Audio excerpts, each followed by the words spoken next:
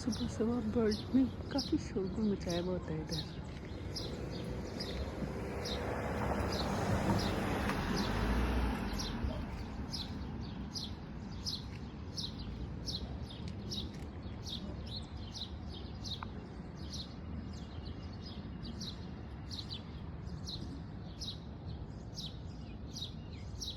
I love birds.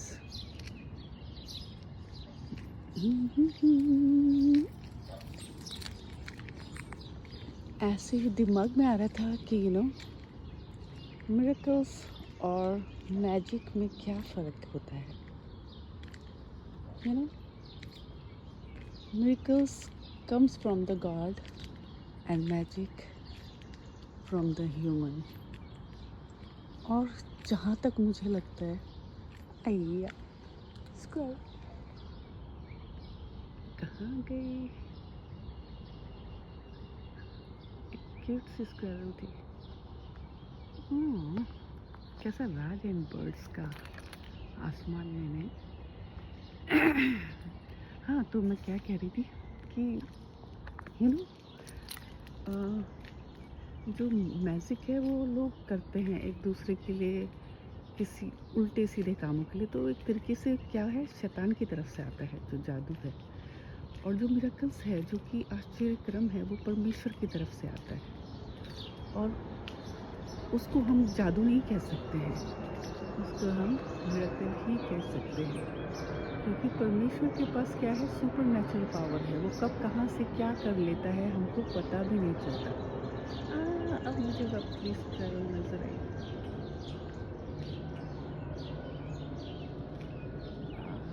ये रही। कितना क्यूट डॉग है।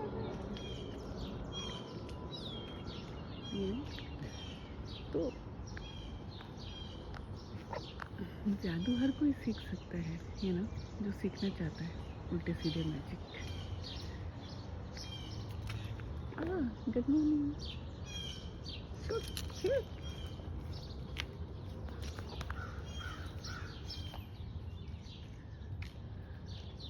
सो लेकिन मिरेकल्स बहुत हार्ड होते हैं अपनी लाइफ में लाना।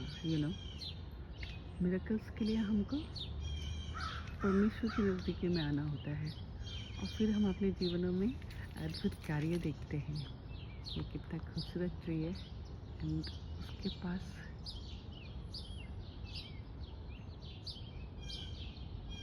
दो स्क्वायरल्स हैं।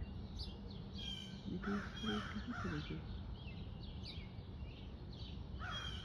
तो अगर हमें अपने जीवनों में अद्भुत कार्य देखने हैं, तो हमें परमेश्वर की नज़दीकी में आना होगा और उसे अपना उद्धारकर्ता मानना होगा, और उसके मिरेकल्स को देखने के लिए अपनी नई आँखों को खोलना होगा।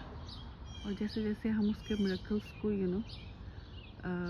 अपने जीवनों में देखते हैं और उसके लिए हम परमेश्वर का धन्यवाद करते हैं, तो परमेश्वर उसके बाद एक के बाद एक मिरेकल हमारी लाइफ में करता है।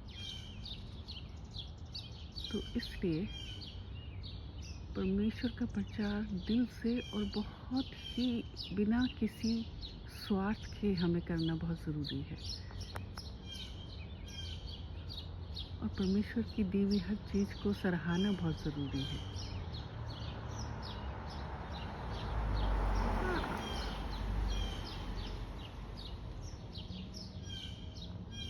तो आज का वचन यही है, और हमेशा से यही रहता है कि हमें क्या करना है, परमेश्वर की नज़दीकी में आना है, परमेश्वर के भेदों को जानना है, और परमेश्वर को अपना उद्धारकर्ता मानना है, और अपनी लाइफ को परमेश्वर को समर्पण कर देनी है कि परमेश्वर जो तू चाहता है मेरी लाइफ में वो हो।